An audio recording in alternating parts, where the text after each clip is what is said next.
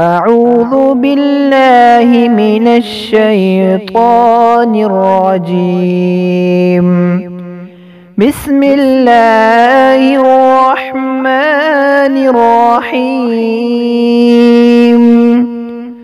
أعوذ بكلمات الله التامات من كل شيطان وهامة